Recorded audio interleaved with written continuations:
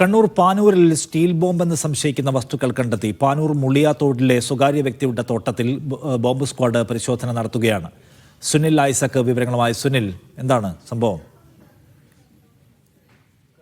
നിഷാദ്, കണ്ടെത്തിയത് steel bomb തന്നെയെന്ന് police സ്ഥിരീകരിച്ചിട്ടുണ്ട്. അല്പസമയം മുമ്പ് ബോംബ് സ്ക്വാഡും പോലീസും സ്ഥലത്തെത്തിയിരുന്നു. അതിനുശേഷം ഇവിടെ പരിശോധന നടത്തി. പരിശോധനയിൽ തെങ്ങിന്റെ ചുവട്ടിലായി ഒളിപ്പിച്ച നിലയിൽ കണ്ടെത്തിയ 2 സ്റ്റീൽ ബോംബുകളാണ് ഇപ്പോൾ കണ്ടെടുത്തിരിക്കുന്നത്.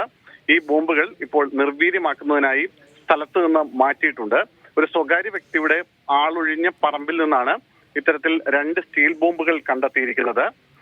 ഇതിൽ പ്രധാനപ്പെട്ട ഒരു കാര്യം, ഈ ബോംബ് ഇപ്പോൾ കണ്ടെടുത്ത സ്ഥലത്തിന് ഏതാണ്ട് 1/2 കിലോമീറ്റർ മാറി കഴിഞ്ഞ വർഷം സമാനമായ രീതിയിൽ ഒരു സ്ഫോടനം ഉണ്ടാവുകയും സ്ഫോടനത്തിൽ ഒരാൾ മരിക്കുകയും 2 പേർക്ക് ഗുരുതരമായി പരിക്കേൽക്കുകയും ചെയ്തിരുന്നു.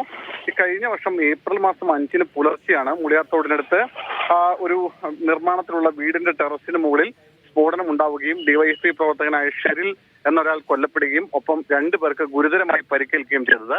ഈ സംഭവവുമായി ബന്ധപ്പെട്ട് 9ഓളം പേർക്കെതിരെ പോലീസ് കേസെടുക്കുകയും ഒക്കെ ചെയ്തിരുന്നു.